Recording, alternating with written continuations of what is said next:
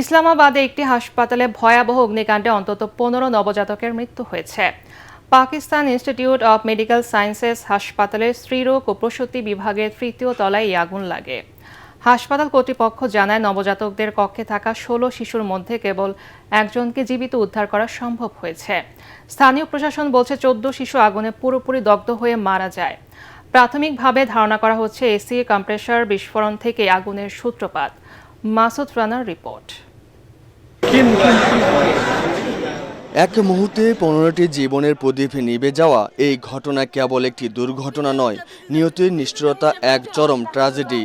যে শিশুদের প্রথম মুক্ত বাতাস বুক ভরে নেওয়ার কথা ছিল, তাদের নিঃশ্বাস শেষ হয়ে গেল বিষাক্ত ধোঁয়ায়। আর যে বাবা মা সদ্যজাত সন্তানকে কোলে নিয়ে হাসি মুখে বাড়ি ফেরার অপেক্ষায় ছিলেন, তাদের ফিরতে হলো শূন্য হাতে, বুক ফাটা আর্তনাদ নিয়ে। उसके 2 घंटे बाद यहाँ पे रेस्क्यू आई है, 4 घंटे बाद पुलिस आई है, यहाँ पे चस्के लेने आए हैं, एसीडीसी सारे यहाँ पे चस्के लेके अंदर बाहर घूम फिर के चले गए। বসুন্ধরা টিস্যু অশুদ্ধতার বিরুদ্ধে এক বিন্দুও ছাড় নয়। ঘটনাটি পাকিস্তানের রাজধানী ইসলামাবাদে Pakistan institute of medical sciences হাসপাতালে। পাকিস্তানের জিও টিভির দেওয়া তথ্য অনুযায়ী আগুন লাগার সময় হাসপাতালে ওই ওয়ার্ডে ১৬ জন নবজাতক ছিল। তাদের মধ্যে মাত্র একজনকে উদ্ধার করা গেছে, বাকি ১৫ জনের মৃত্যু হয়েছে বলে প্রাথমিক রিপোর্টে জানানো হয়েছে।